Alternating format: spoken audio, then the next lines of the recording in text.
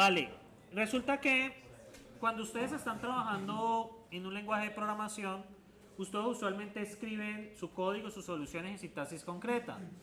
Sin embargo, para hacerlo ejecutar necesitamos pasarlo a sintaxis abstracta. Y para eso tenemos dos operaciones que llama parser, que es convertir de sintaxis concreta a sintaxis abstracta, ¿vale? No, parsein es un casting. Casting es transformación de variables. No, esto es que cuando usted es escribir el código, o sea, transformar tu código en algo que el compilador e interpretador entienda. ¿Sí? No, o sea, parseo es, aunque es parecido, realmente el término exacto para eso es casting de variables. Casting es cuando usted cambia la variable de un tipo a otro, ¿sí? A otro. Bien, y tenemos un parser que es convertir de sintaxis abstracta a sintaxis concreta. Entonces, ¿qué sucede? ¿Qué sucede? Acá, ¿qué sucede? Pues a la larga ustedes como programadores escriben el código fuente, ¿estamos de acuerdo? Pero ese código fuente que ustedes tienen, ese código fuente, pues tiene la característica de que pues realmente es algo que uno como ser humano entiende, ¿sí? Y entre más alto nivel sea el lenguaje, pues más fácil de entender el código. Por ejemplo, Python, ¿sí? Pues Python el código de... No sé si ya han enfrentado el lenguaje, Python. No sé si ya lo han enfrentado, Python. Sí, pues yo esperaría que sí, porque pues uno de los lenguajes más... ese lenguaje da de comer, ¿sí? Deberían de aprenderlo. Y esto pasa a...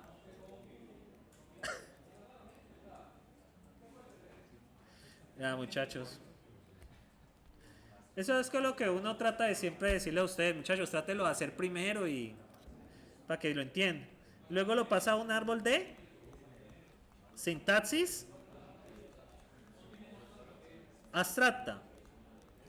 Estos son los famosos ASTs. De hecho, JavaScript es uno de los lenguajes por excelencia que utiliza eso. ¿Saben qué es lo interesante de eso? Que los debuggers trabajan sobre el árbol de sintaxis abstracta.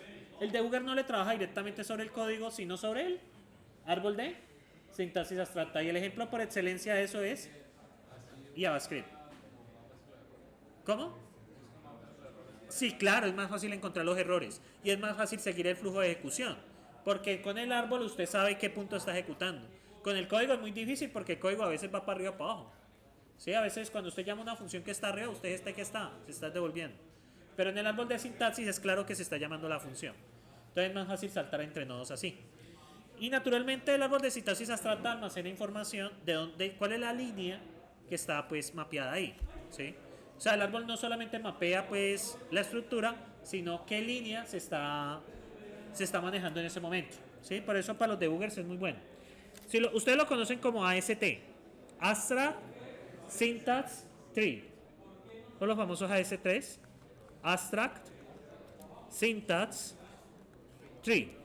Caso si alguna vez le preguntan eso en una entrevista, para desarrollador de JavaScript podrían preguntarlo. Básicamente se trata de la representación que tiene el interpretador del navegador de su código en JavaScript. ¿Sí? A la larga, el navegador ejecuta son puros ASTs. ¿Sí? Pues el ejemplo por excelencia ahí. Bueno, en fin. Entonces, por ejemplo, usted tiene un lenguaje, vamos a hacer un ejemplo. Supongamos que usted programa en listas, ¿vale? Y vamos a utilizar esta gramática. Vamos a utilizar esta gramática que tenemos acá. Vamos a utilizar esta gramática. ¿Listo? Vamos a utilizar esta gramática. Y entonces, ¿qué sucede? Y vamos a tener, por ejemplo, esta expresión. ¿Vale? Entonces, ¿qué sucede? Supongamos que esta es mi sintaxis concreta. ¿Vale? Yo escribo así. Yo escribo mi lambda así. ¿Qué debe hacer un parser? ¿Qué hace el parseo? ¿Qué creen que hace el parser? ¿En qué me debería de transformar ese lambda x, xy? Pues debería de transformarme en un árbol que tenga ¿qué? que tenga acá un lambda expresión, luego con un ID quién, X, luego acá es una PP expression que tiene un radar y tiene un, perdón, tiene un run y tiene un radar, radar y run. Eso es importante cuando veamos primitivas. Conserven esos dos nombres, radar y run, porque son importantes cuando van primitivas. Primitiva es el ultimito de eso antes de condicionales de los siguientes videos. Y acá tenemos dos bar, expression, otro bar, expression. Voy a ampliar el tamaño del cuaderno. Lo bueno es que este me permite hacerlo. Y acá, entonces, ¿qué tenemos? Dos IDs que serían X y Y. Ustedes en código, ¿qué van a ver? En el racket van a ver numeral struct, ¿vale? Entonces, ¿yo qué voy a hacer? Yo voy a suponer que yo programo con listas, ¿vale? Eso no es real, pero voy a suponer eso. Ya cuando tengamos el intérprete, que es lo que viene ahora, vamos a poder programar ya directamente en código. Pero por ahora, ¿listo? Voy a suponer que programo con listas, ¿estamos de acuerdo? Mi lenguaje de programación es listas, que eso yo lo puedo ver. Entonces yo voy a hacer una función que se va a encargar de transformar eso en un árbol de sintaxis abstracta. Entonces vamos a eso. Vamos a eso por acá. Yo creo que el volumen está bien allí. Y entonces vamos a esto. Entonces vamos a acá, una pestaña. Y vamos a lo que dice acá, repositorios, cursos, semestres, siempre me olvida. Aquí está el de FLP, corte 1, especificación de datos, y el ejemplo número 5 hoy es el del parser, un parser.rgt. Entonces, ¿qué va a pasar ahí? Pues primero que todo es numeral lang EOPL. Segundo que tenemos, la gramática. Entonces la gramática que voy a usar es esta de acá, ¿listo? Voy a utilizar esta gramática. Entonces, ¿qué voy a hacer? Perdón, ¿qué voy a hacer acá? Bueno, tengo esto y voy a poner aquí eso, ¿vale? Entonces, ¿cómo defino el data type? Define data type que tengo LC expression. El nombre del predicado es el mismo con un signo de pregunta por convención. Usted le puede poner otro nombre, pero siempre háganle así. Y aquí ustedes que tienen la primera variante. La primera variante es un var expression. El var expression tiene un ID que es un símbolo. ¿Estamos de acuerdo? Luego de eso, ¿qué viene?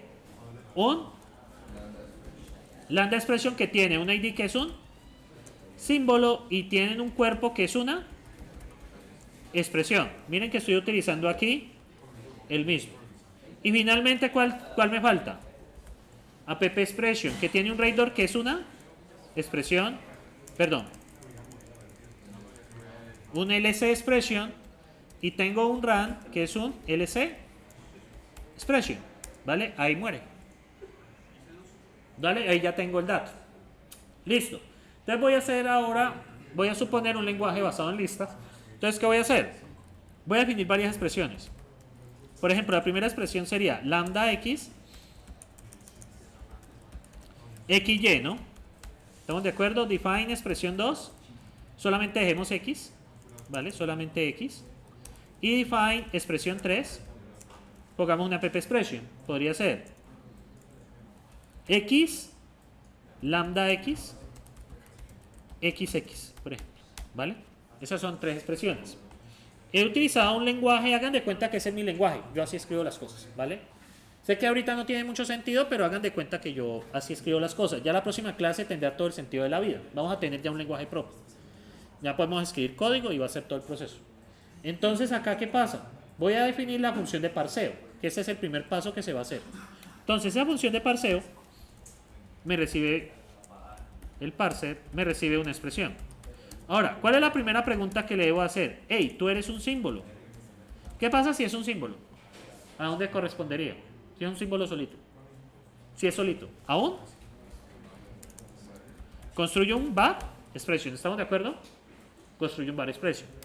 Luego de esto, ¿qué pasa? El segundo caso es lambda id expression. Entonces voy a hacer una pregunta. Hey, el car de expression es igual a quién? A lambda. ¿Por qué? Porque pues así viene. Miren, así viene. El car que debe ser lambda. Obviamente yo no puedo tener una variable que se llame lambda porque pues si tengo una variable que se llame lambda pues se me va a confundir, ¿vale? Eso ya es una palabra reservada. Miren la importancia de las palabras reservadas, ¿no?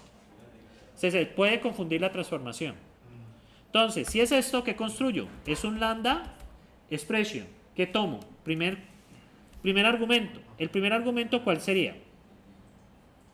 Ustedes ven que sería este X, ¿no?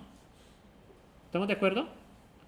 Pero la lista con X es el KDR, observen. Entonces, ¿cómo hago para manejar eso? Miren, esta es la lista que estoy manejando. Entonces, clarísimo que el car de esa lista es ¿quién? Lambda. ¿Quién es el KDR? La lista con X. Entonces yo necesito el car de ¿quién? Del KDR. ¿Qué sería X? ¿Qué sería el KDR de eso? Y me devuelve X. Es el primero del resto. ¿Vale? Porque como esto es una lista, ¿estamos de acuerdo? Este precedente sí que es una lista, ¿estamos de acuerdo ahí? Necesito el primer elemento de ahí. Entonces, ya de acuerdo con eso, el segundo argumento, mi primer argumento de la lambda expression sería el KDR de ¿quién? De expression. ¿Y cuál sería el cuerpo? El cuerpo es necesario, como el cuerpo es una expresión, ¿qué hay que hacer? Hay que hacerle un parser, ¿estamos de acuerdo? Hay que hacerle parser a eso. ¿Y cuál es el tercer elemento de acá?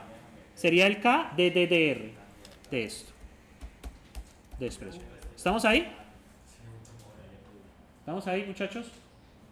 Y por último, pues yo tengo el caso que me falta, que sería el app expression, ¿vale? ¿De quién?